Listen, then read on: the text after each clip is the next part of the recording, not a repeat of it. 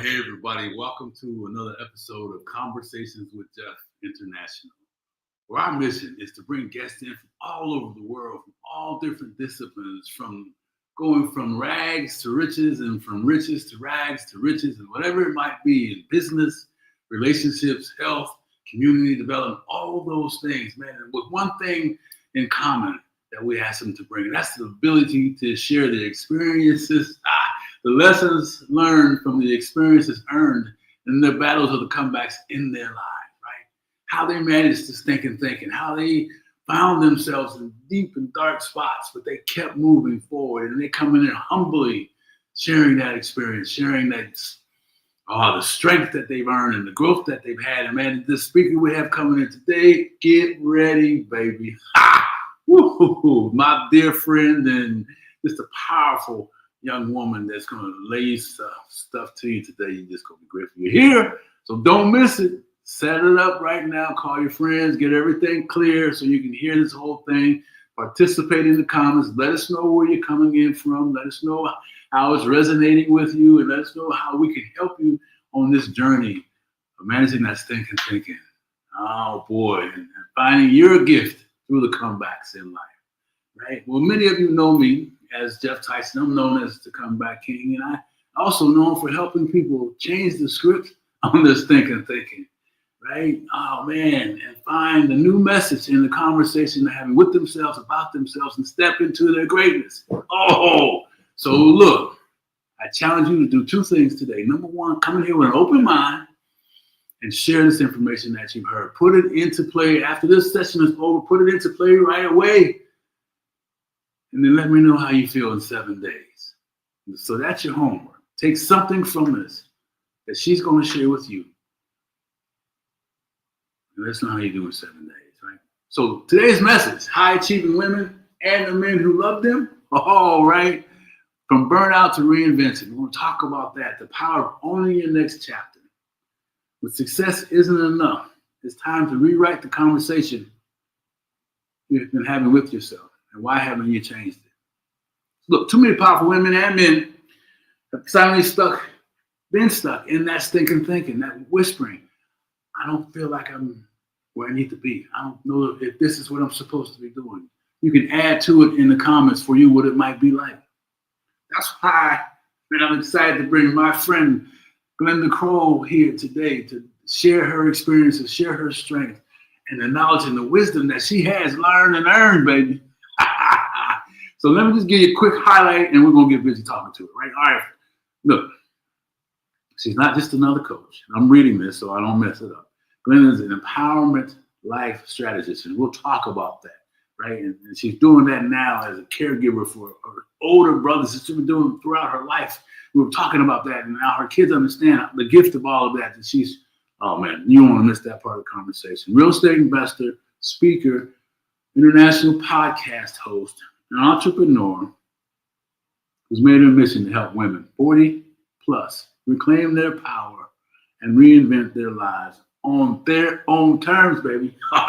Not yours, on their own terms. Ladies and gentlemen, help me bring to the Conversations with Geoff our next guest, Glenda Kroll. Let me see if I can get her up here. All right. Hey, girl. Hello, and thank you so much for bringing me on. And wow, what an introduction, and wow, what you do with your audience. I love it. Thank you, Glenda. It's important. Yes, I totally adore you. You're just an incredible soul, and you have so much wisdom to share with so many people out there. And that's what we're supposed to do in our lives at this point, right? Like, gone through so much, but shit through life.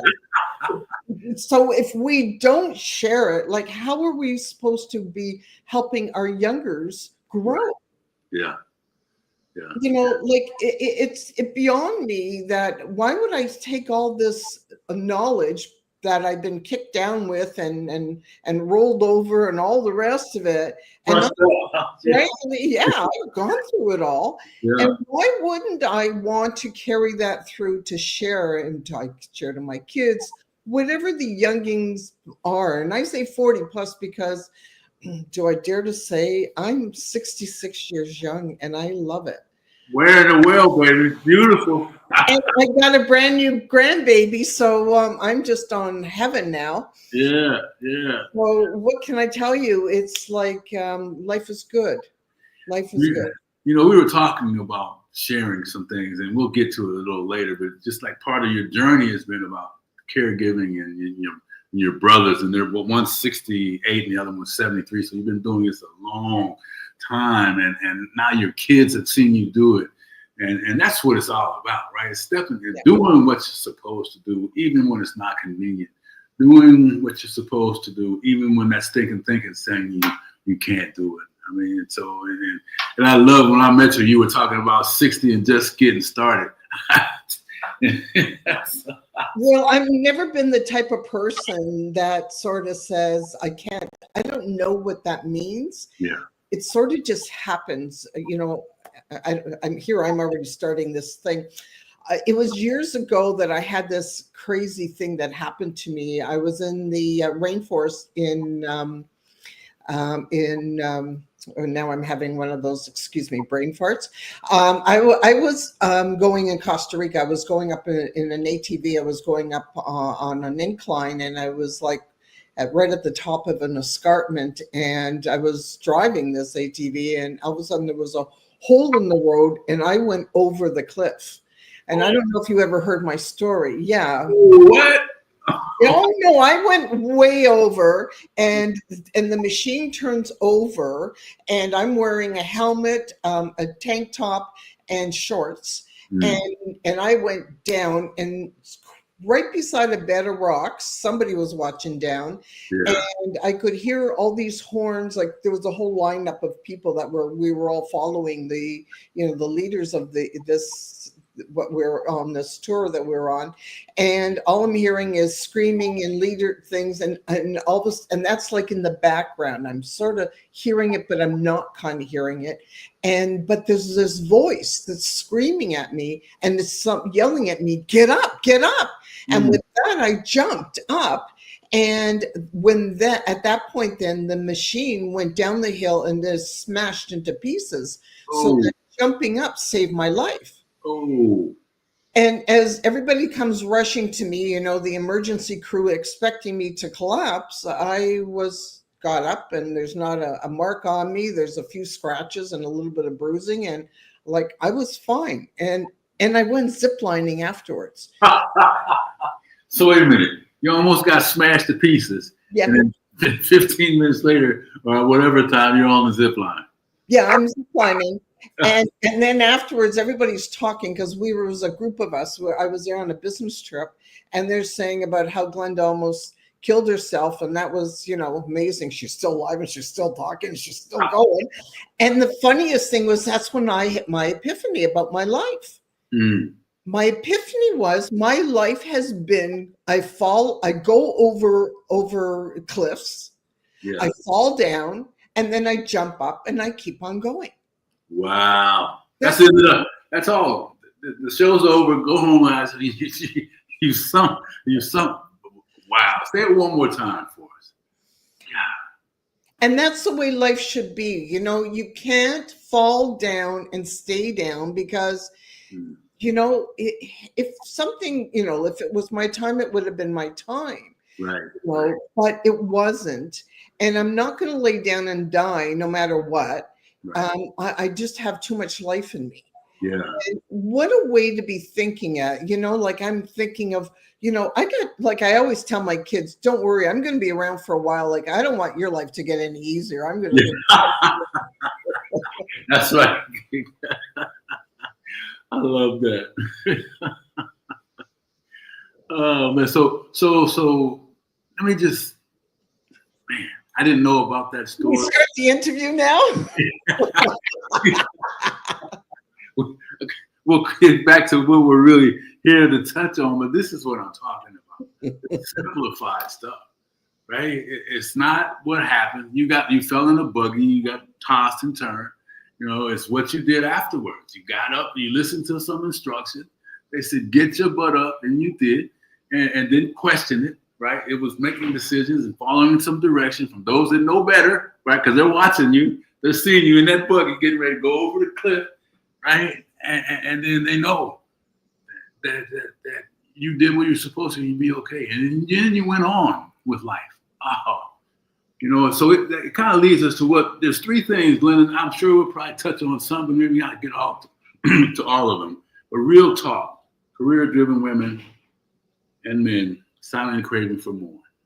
And you're talking about it, stepping out. So let's compare how your life has been to that. When you were in the career-driven world and silently craving more. And that may go way, way back for you. Where does that take you when you hear that? Way? We're talking a long time ago? Hey, I got a lot of stories in me. That's what life does for you. It gives you a lot of work. I got a lot of material to pass by. So how way are we going back? Just something that fits to where you feel right now. I mean, we like to just be where we are in our space, and it could be what's coming to you. So you want my history type of thing. Well, just a little bit of it so they can really see that this 66 and beautiful woman deserves to be here today. And maybe it's about a piece you learned from taking care of your siblings from an early age, because that story is really powerful. So I grew up the youngest of 4 kids. And, it's really different when you are a sibling I have 2 of my brothers that are special needs. They have a genetic disorder that's called Fragile X. And Fragile X syndrome has a lot of characteristics like autism. So my entire life, born, I look through the eyes of a child who's challenged as opposed to a regular. My life was not the average. Growing up, life was very difficult. I watched my parents. It was a lot of stress and a lot of struggle. My parents had a really difficult time through it all, running a business, 2 kids with special needs, my sister and I. And then, there was me who was wanting attention, but never really got the attention she wanted because I didn't really need as much. And here's the thing, every kid needs the attention and all the rest of it, but it didn't. So I sort of became a bit of the instigator. I was the kid who sort of got into trouble, but not meaning to. I'd ask questions and my parents had a hard time because I always asked why, right? And when things weren't ever answered, like I remember one time we were on a trip and I asked, in those motel things, they have those ice machines out on the thing, and there was a big door at the bottom, and I remember we got to this hotel and I saw this big door at the bottom of the ice machine, and I said to my dad, "Why is that door there?" And he said, "Just don't touch it, Glenda, just leave it." And I saw him walk up, but that's not an answer for me. So I opened the door. The ice came piling out onto the sidewalk. And I heard what I usually hear, "Glenda, what did you do now?" So, so it taught me that you need to answer your children. Yes. So, I saw things in a different light. I have a very different vision in life, and God gave me my own natural gifts, I believe, that I see people in different ways. So my brothers became the greatest teachers I could have ever had. Yeah. And they taught me to be kinder, much more empathetic, considerate. And so I saw how they pushed through life. Mm-hmm. So how can I complain about something that I might go through when I see how well that they go through? Yeah. Right. And, and I see it time and time again. And I remember the last time my brother was in the hospital, and when one of my brothers, he's the one who's 73 now, and just before Christmas, he ended up in the hospital again. Mm-hmm. And when he lands in the hospital, so do I. I basically don't leave his side. I sleep there, whatever the chair is, it doesn't matter. It's all good. He doesn't communicate as well. To me, he will, but to a certain extent.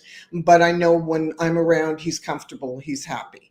So I don't leave unless somebody comes who knows. So, but for the most part, And like I say, and what's my payment back? The payment is I get a smile.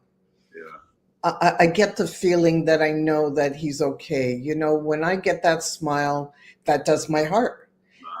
And we have to learn in our lives, everybody is wanting to expect something. And if you get somebody to smile back at you in your life, shit, do you realize how much payment that is? Ooh, yeah, yeah. I mean, oh, Like, it's not always about the money. And yeah, we all need the money. We all need it, but money comes to us. I'm just, it's your mindset. But can you do things to help others without expecting something back? yeah, yeah. Just the day I go for a walk by myself in the mornings, and just to get some fresh air and some exercise, and I love to smile and say hello to people, and just that makes me feel good, because sometimes somebody could be having a really lousy day, and hello, I've been there, and Yeah. somebody says hello and smiles to you, or you walk by somebody and you give them a compliment, like, don't you look pretty today? You throw them right off because it's something so nice, and all they have to do is feel good. And they get bright smiles on their face. My wife says a lot. She put a note on the door when we lived in Virginia and stayed on the door for the whole time we were there. It was praise and compliment everybody you meet. So when we walk out the door, that was the message, right? And so what you're saying, and like you said, people, they just, the whole image of You change. see everything change. You know, With that smile and that good morning, and a compliment where you can pay, yeah.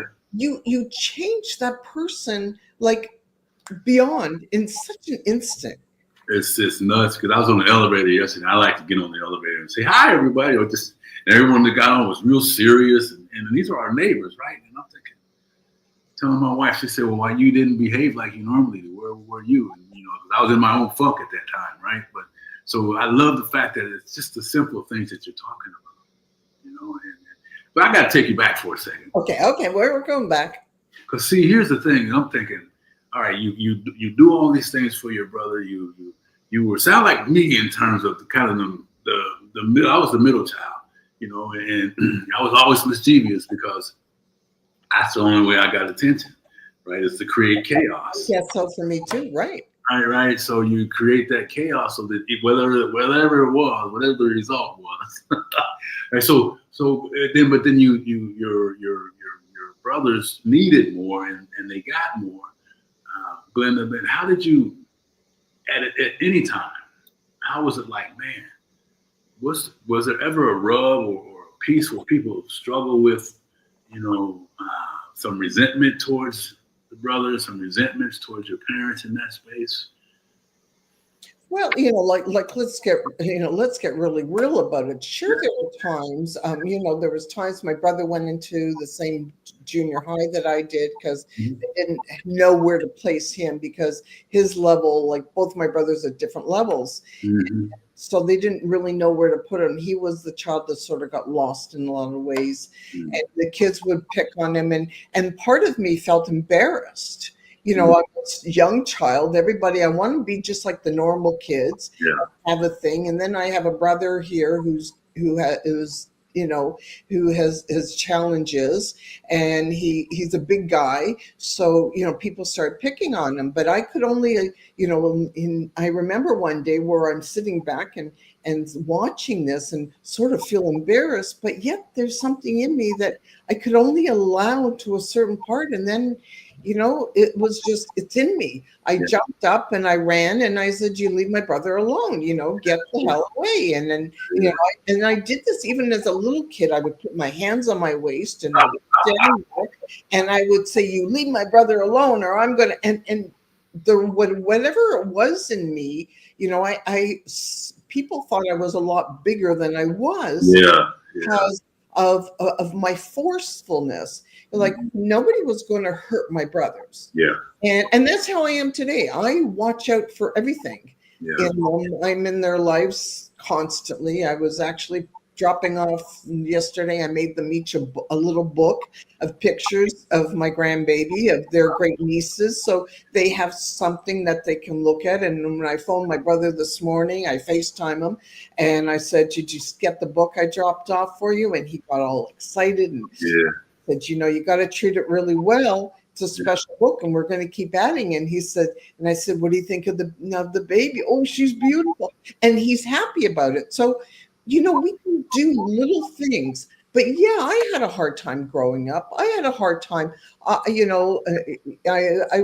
did things that weren't good for me. Like, I probably could have gotten a lot further in school. I became a paralegal, but if I had put my energy into it, I could have become a lawyer. But I was too good for myself, and I skipped school. And wherever there was a party, I wanted to be there. I love parties. Yeah. I'm the belle of the ball in some ways. I just like to have a good time. Yeah. And I ended up hurting my own self for it. Yeah. But along the way, it was crazy. I would always start I always told my kids this, because I always started my jobs at the bottom of the ladder. When I was in school, my first job was I worked in retail, and I worked, especially while I was doing my paralegal work, I worked in retail, and I on women's fashions, and I would, just sell clothes. And I did that for about 2.5 years. And then it was time for me, I had graduated, and it was time for me to go out and do my thing there. And, when I was leaving, they wanted me to carry through, but I knew I had to. My parents spent a lot of money. I went to a private school to get my paralegal. And then I decided after a year, I hated it. And it was mainly the lawyer that I worked for. She was not a nice person. And so when I started looking, the other woman from the retail, and this was a very large organization, a large company. They were all across Canada. Okay. And so she said, I hear you're looking, you got to come back. So I went back to talk to her, and she created a job for me. It was what they call the floating manager. So now I started traveling all across Canada, opening new stores and training staff. And I got to see all across Canada. And so that was great. So now from selling on the stores, and now I'm traveling across, and then I became a supervisor with them. I had my own stores in Western Canada. So, great experience until I didn't want to move there permanently to Edmonton. So I came back home. And then it was the time to decide, okay, what can I do now? Because, I always looked at myself as, well, I'm nothing special. I can't do anything. Okay, so I was doing this, like, big deal. That's how I always would come back to myself. Yeah. I can't do anything. I'm not better than anyone else. And I'm not. Yeah. One thing I do know, I'm just like everybody else. I'm as good as everybody is. I'm not better than anybody. My feet are landed right on the ground. But, instead of, I never thought of my abilities. Yeah. That's the problem. That's why I can do that now for other people. Yeah. And then it was time, I put my resume out, and then I got some really great people came back to me, but I ended up in a job with Shell Canada, and which part of Shell Oil.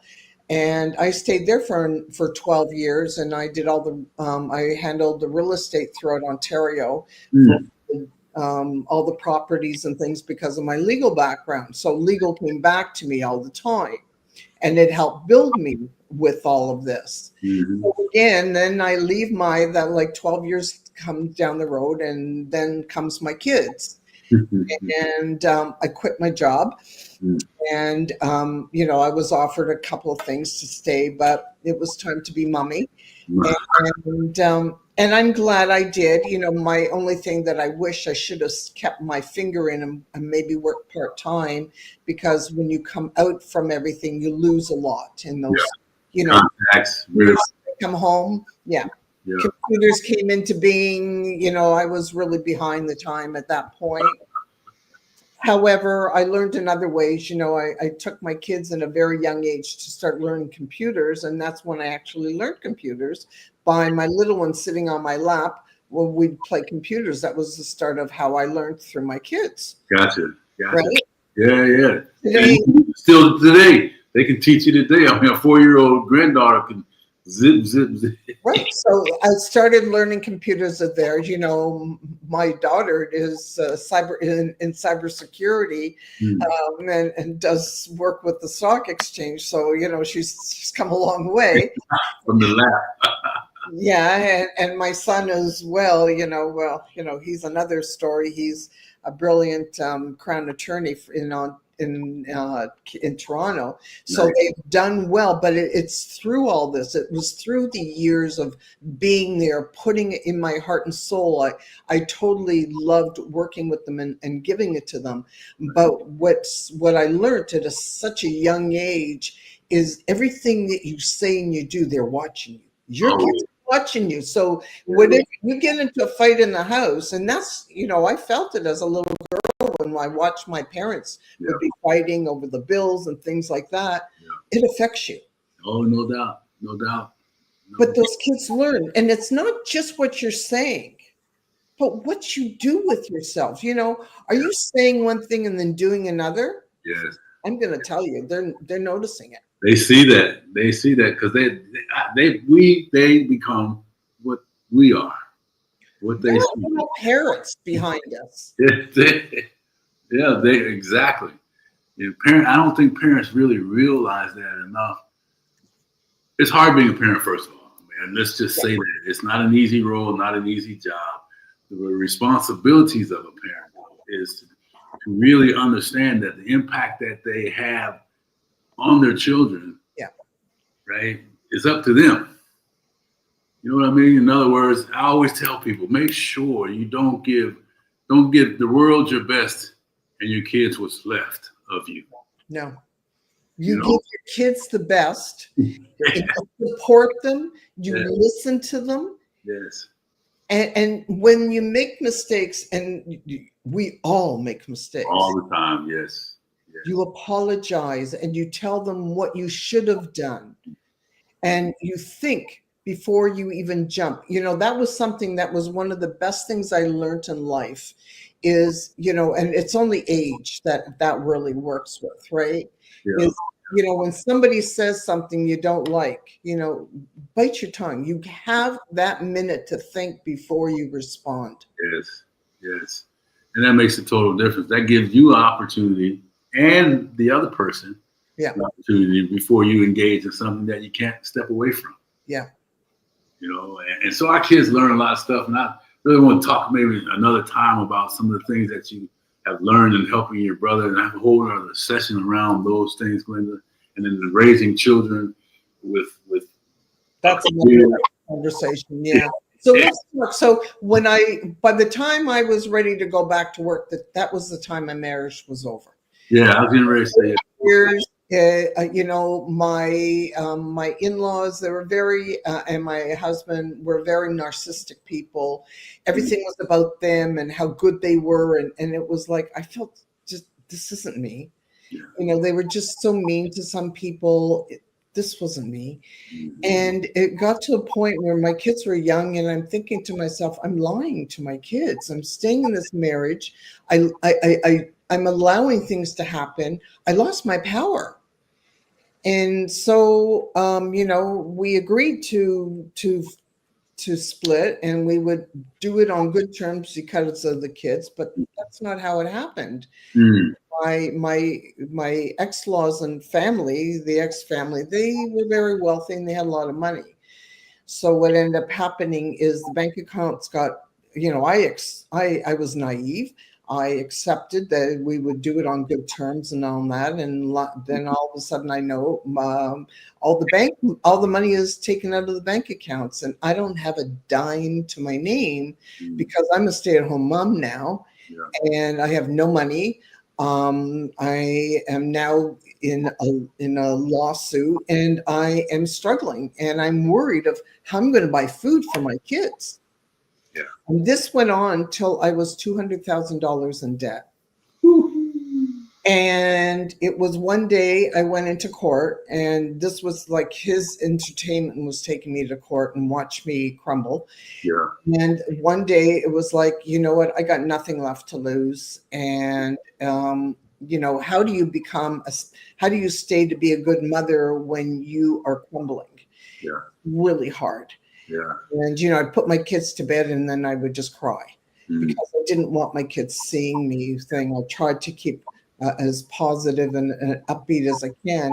But I went to court and I said to my lawyer that I can't afford you anymore, and I don't know what I'm going to do. So I'm just going to go because nobody's listening to my voice. Yeah. Nobody's hearing me. And I'm spending all this money. I'm in worse condition than anything. My kids are starting to fall apart. I am now falling apart. So I represented myself that day, and there's somebody up there that was watching me. I got the judge who was the head of the Family Responsibility Act in Ontario, and she was presiding in front of me.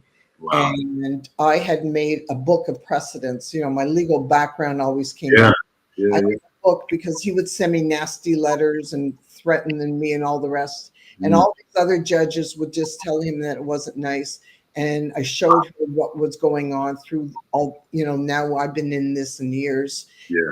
And she said, I said to her, from this point on, I got nothing. I can't even get child support. I can't get spousal support. I got nothing. And she changed everything. And that was the start of changing my life. Wow. And that was the start of learning that I lost my power, and I was too scared to speak up. And now it was time to get my power back.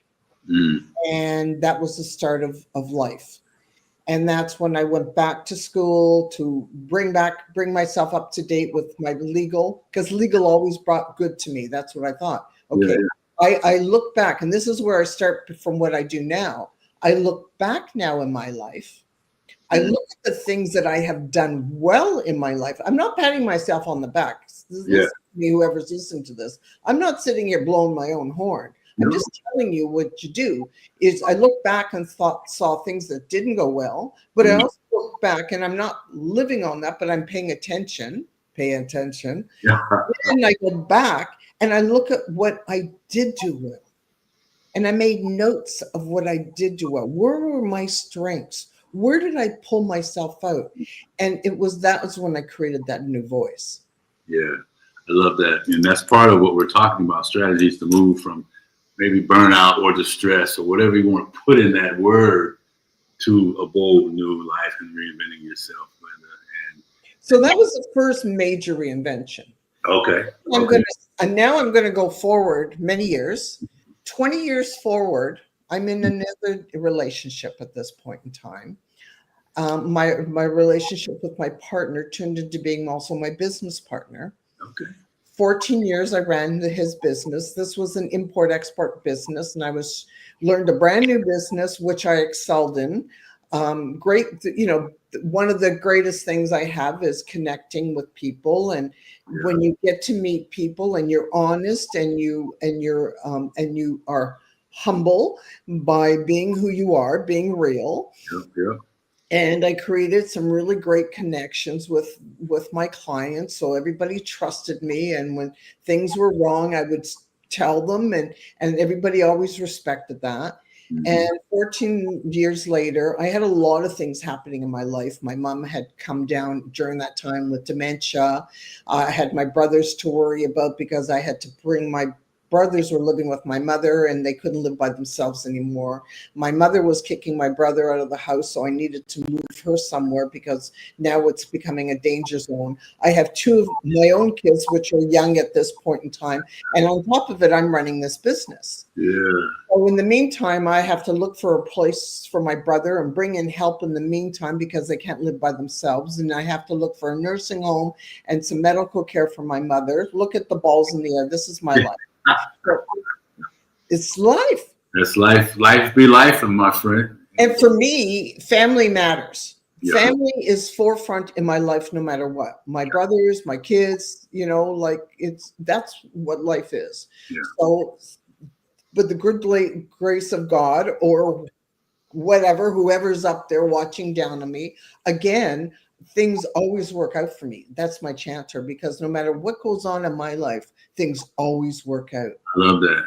I love that. Found great help for my brothers for the meantime, so I could now concentrate on my mother. I found her a great hospital short term, but then started looking for nursing homes where I got her into. I got family down the road, got my brothers into a great group home where they live today, and I oversee everything. And in the meantime, like, everything works out. So things were happening in my relationship, but I didn't have time or the energy to put any attention on that, because look what I had going on. Yeah. And in the meantime, had to make sure business was moving so that I could continue to pay the bills. My kids always needed things. And I, for a child who didn't get enough attention, it mattered to me that things feel still, no matter what's happening, when they're having problems, I need to be aware. That's right. So then when things settled down, what I thought, I had this email that came in, and that email screamed, Glenda, open your eyes. And so seek and you shall find. And so I was seeking one night when that email came in, because when I asked him what was going on, I knew for the first time that he was lying to me. And because before I didn't want to open my eyes, because I guess it wasn't the right time. Yeah, I get you. I mean, whatever the reason are. So it was the right time. And that night I went looking, and what did I found? I found all of his emails. Well, I found the password. So I went looking. And at 2:00 in the morning, all of a sudden I saw a huge thing of emails from all these women and all these things. And he was having 14 years of lies. Yeah. My life was a lie. Yeah.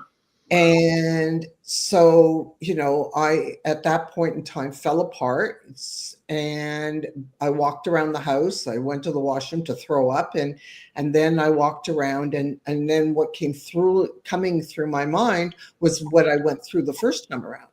Yeah. And then I thought to myself, no, I'm not going to do what I did the first time, because when you start to talk about money and things, people change. Oh, yeah, no doubt. So I decided that night, as I'm walking around the house and I'm crying and I'm really upset, is shut up, Glenda. You're going to suck it in and you're not doing nothing. That morning, I decided, I went to bed and got in and tried to go as close to the edge as possible, because at that point I was nauseous of what I had just learned. Yeah. The next morning, I decided that it's time that I'm going to put a plan in place, and I'm not going to leave until the house is sold and I have a new place to live. Yeah. And that's what I put into action. Yeah.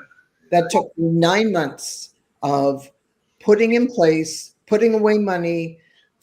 I put it together, a numbered company. Whatever came to me, I did. Yeah. I followed him. I watched all of his texts. I put a thing in his car. I became a private detective. I watched everything that was going on, and I set a whole new life up, and including at that time I had a condo from my mom's place, and my tenants were just moving out. The universe provides. Yes, indeed. I had my kids at that point. David had just started law school, my son. My daughter was still with us in the house, but I had to move my son out of a place, and everything just flowed exactly as I needed to be. 9 months later, the house sold. The money was transferred into my bank account. I already had a lawyer set up, and all my financials were done. I had everything in place. And then when the house sold and the money was transferred is when I told him, I'm leaving. Goodbye. I'm not coming with you. Oh. And I gave him a load of all things. And I also told him that I wrote a letter to my lawyer and my kids have it, that if anything happens to me during this time, because he was involved with some pretty nasty people, the police would be looking at him. And from that point on, and then comes move into a new place, boxes all over. I have a thing with my girlfriend is you're only allowed a day or two of pity party. Yeah. It was like enough has gone on. 9 months of holding all this shit into me. I was a star in my own movie. This is a very fast version of it all. And I said I needed 2 days of a pity party. And that's what I took, 2 days. And then it was time to figure out, what do I do next? Yeah. I love. I'm taking notes, by the way. So I'll go back and take some more when this thing is over, because this is fabulous stuff. I mean, you're hitting all the highlights and strategies, giving yourself permission to rewrite your future through the pain, Glenda, through the embarrassment. Yeah. Through the pain. Yeah. I didn't allow myself to fall apart, because I still had 2 kids that are watching me. 2 kids watching you, and you had learned some things. They're young adults. Yeah. And when I started, because I got involved in real estate at that point, and I saw real estate kept coming back into me. There was a message coming to me. Yeah. And so I started to learn about investing and doing and started not doing just investing, but I ended up buying a property that I converted from a single family dwelling into a duplex, and I rented it out, and I made great money from it. Like doing something with it. And my kids looked back and said, wow, Mom, you're amazing. I can't believe that you've never done this and you're jumping into this. And I said, yeah, I can't believe I'm doing it either. But do it anyway. Figure it out. Feel the fear, but do it anyways. Yeah. And that's exactly what I did. And did I know everything? No. Did I make really huge mistakes? Hell yeah. But somehow, like I said, when the mistakes hit, I didn't make right away. I would say, no, I'm going to sleep on it. And tomorrow I'll figure out what I need to do. Yeah. I did that every single time. And then the next day, because I wasn't sitting in that, the answer would come. I would know the proper way to handle the situation. Yeah. You open up that space. If all you're focused on is what you've done wrong, you don't give yourself opportunity to allow other things to come in. And Rosemary's saying she'll check the replay later. And Patricia Lucis, you're saying you're so energetic. And MD is, I just want to touch on them, let them know I see them, we see them, and thank you guys for showing and supporting my rock star friend right now. So you've been all through these things. You can write a book on how to set yourself up in this bad situation. I mean, that's amazing, because all the emotion and all the feelings, but just kudos to you, Glenda, for all of that stuff. So now, I mean, I'm looking at the clock and we're already on way past where we should. I know. I'm just stay with you forever, my friend. I mean, you just have so many things. But so how? Before I get into how we wrap it up, what you shared and what you said about your experiences both in the personal life and in career and business. Well, how can you summarize it for us in a couple minutes for people that may be stuck or So I know how hard it is to go through divorce. Trust me, it wasn't easy. Yes, my background helped me to some degree, but it's because I went through such shit at the beginning and I saw what it did to my kids and all the rest of it. But here's the thing, you were stronger than you actually realize. And I know I say the same thing all the time, but I would come up with mantras, and I had this mantra every night when I walked my dog and I was going through, because I couldn't let him know what I had discovered and what I was doing.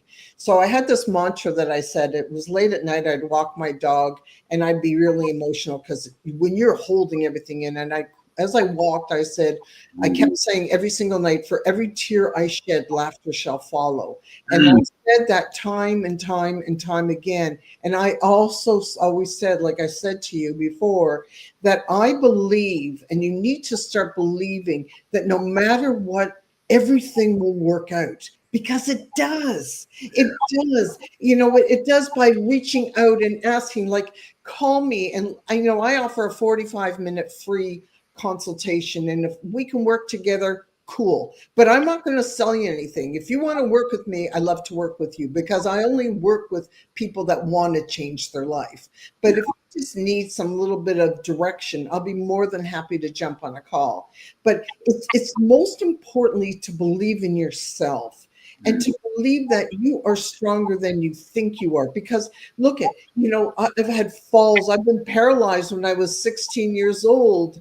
I had a fall 2 years ago, and I was told that I need an operation, and I wasn't going to do that because I can heal myself, and I did. And it's believing that there's magic out there, and you deserve that magic, and we have it in us. And for our younger generation, it's when you show love and understanding and direction, it does nothing but allow your child, or I was the household that the kids hung out at, because it was the safe space that they knew that I would never throw any of them to the wolves. Everything they told me was safe for them to talk and to be in a place where they can do everything they want. There's only one rule: they had to clean up after themselves. Nobody else. And they did, but when you give the younger people the love, the respect, the understanding, so much comes from them, and so much comes back to you. Yeah. So what's my biggest thing for you all is to believe that you're better than what you're giving yourself credit for right now. Because we so look down upon our own selves. We have those two creatures on our shoulder, that devil. You got to have that little devil in you. Yes, sir. I have more than one. You got to have that angel too. Yeah. That angel to be telling you, because it's the stories that we tell ourselves. Oh, yeah. No doubt. I love that, and amazing nuggets, powerful story. Wifey says hello to you, and she's here today. Glenda, this is, that's why I talk about the Stinkin Thinkin, right? And the conversation we have with ourselves about ourselves. You've explained the whole reason why, how important that is to step into, right? You made some decisions with Glenda. You talked to Glenda when you were walking your dog at night. You said, for every tear I shed, laughter will follow. Man. Yeah. Because I knew I had to cry. Yeah. I had to get it out. I was holding everything in me. 9 months of holding it all together. 9 months of never making sure that no secret got out. Yeah. That my kids still got to be heard. Yeah. That everything that I had only 2 friends that I told, because I couldn't let this thing go out. So I had only 2 friends to knew what was going on. Everybody else just thought I was busy in life, and they know with my brothers and my family, I always have things going on. So they respected the fact. Yeah. I didn't connect into them as much because I couldn't. You couldn't, but that's so amazing. This speaks to who you are, and that you've lived what you teach and what you practice and what you speak. It goes all the way back to what we said at the beginning, that everybody has a purpose and a responsibility to share what they've been through for others, right? And so you hit all the points today. Real talk. Can't get much realer than all that. Some of that stuff. I know there's more we can talk about offline too, and the strategies, simple strategies. Get up. Simple strategies. Just start looking back. Like when I work with people, I do a lot of other things, but we go back into your life and you start making, what did you do? What were your strengths? What are your weaknesses? It's not that you have to learn everything. You can hire people to do things. And there's ways of hiring people for really cheap. I've learned all these things online now. Geez, I've learned so much, but, there's so much there. But know what you can do and know what you can't do. Yeah. And be honest with who you are. Learn learn about what you're good at, and what are your integrities in your life. Yeah. Who are you? And figure that out. What is important to you?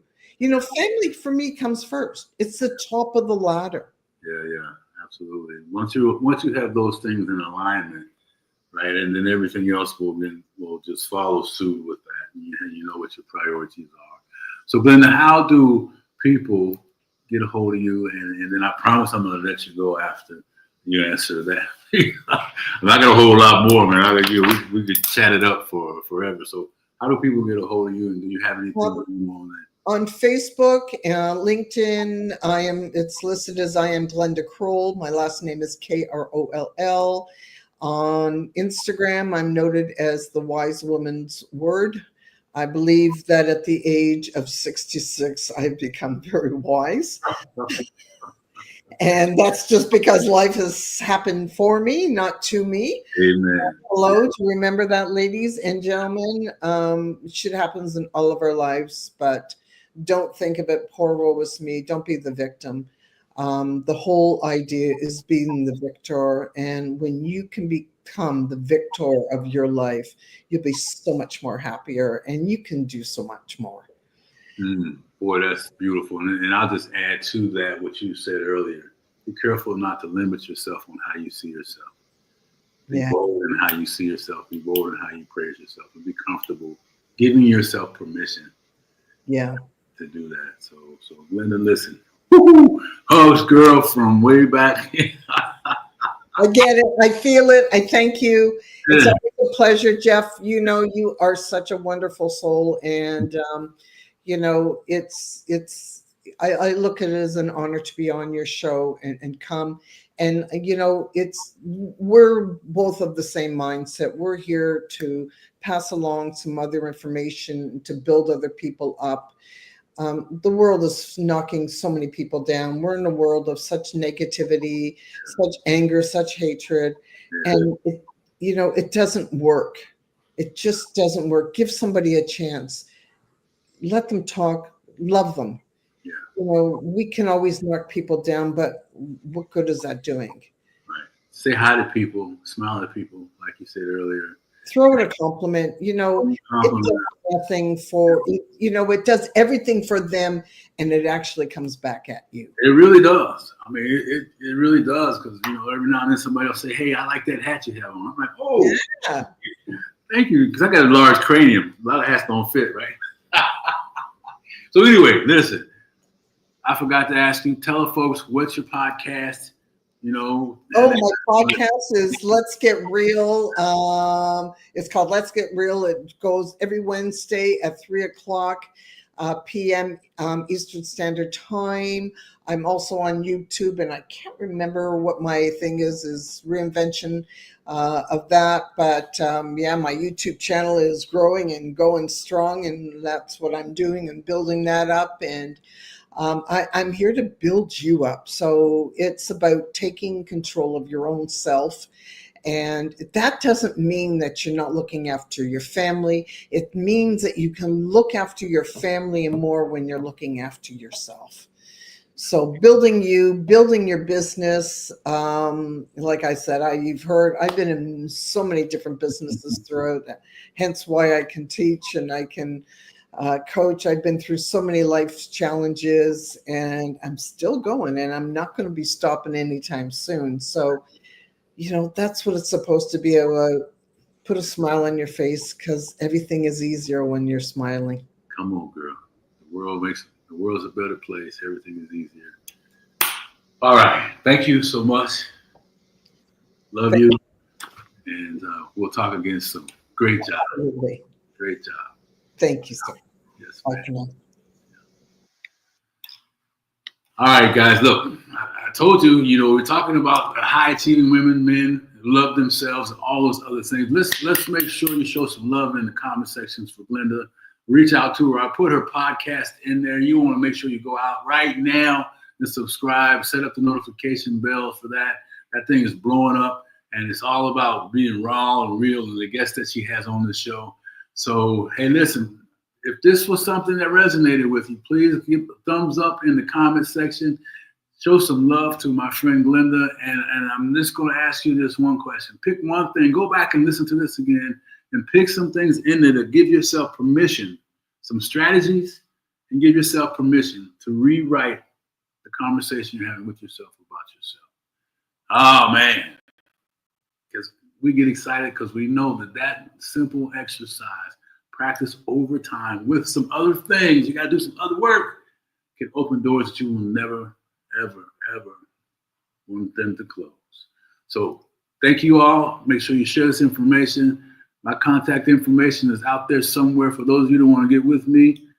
Have a fantastic day and watch that Stinkin Thinkin like I always close with. Don't let nothing stop you from reaching your destiny. You shall not be denied. Say it with me. Do not let nothing. Yeah, I said it, Mom. Forgive me. Do not let nothing stop you from reaching your destiny. You shall not be denied. Conversations with Geoff. We talk to you later. Thank you very much.